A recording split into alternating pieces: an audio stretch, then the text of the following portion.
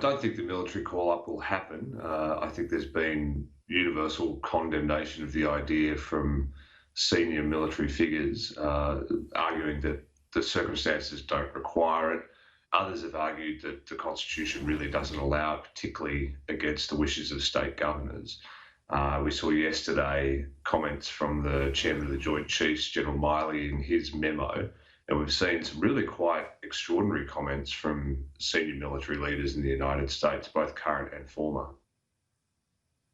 So just on that, this prospect this week raised by Donald Trump of calling in the military if the states didn't use the National Guard, could it have happened if he wanted to? Have we seen, in effect, stabilisers come into play and a check on power, or if he really wanted to push the button, it would have happened?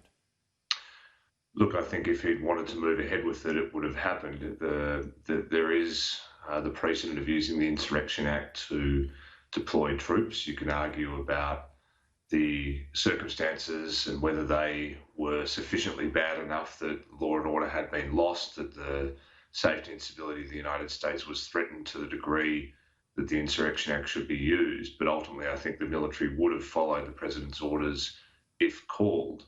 Whether individual military figures would have followed the president's orders is another question. And there's been some discussion this week about whether the 40% of the United States military who are Black Americans would have felt comfortable responding and deploying and following that order. But I think it would have happened if the president had wanted it to happen. You're right, we have seen some stabilisers come out.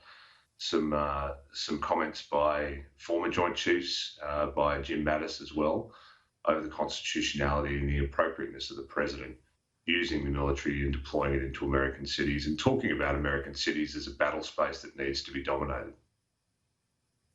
Because Donald Trump's focused a lot on military figures in his appointments. He's wanted to be seen as someone, enmeshed with the philosophy of the military. So does this hurt him, given, as you say, former and current leaders, even James Mattis, no melting heart, I think it's fair to say, just saying that this is a person that thrives on division.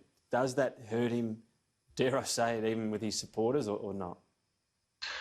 Well, the military have been a great touchstone for the president. They're very important to those Republicans that elected him and to his base as well. And the president has been starting to lose the military for some time. There was an op-ed from a very senior former general in the New York Times late last year, being very critical of the president.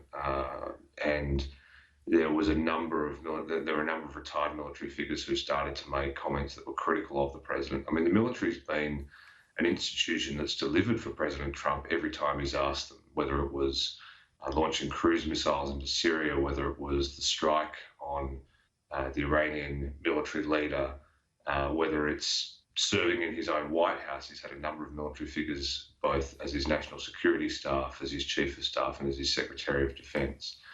And it goes to the image he likes to have of himself as a strong man, as a man of action. And he loves to surround himself with that most American of institutions, the US military, to the point where some have argued he's politicized the military by having them in rallies and having rallies on bases.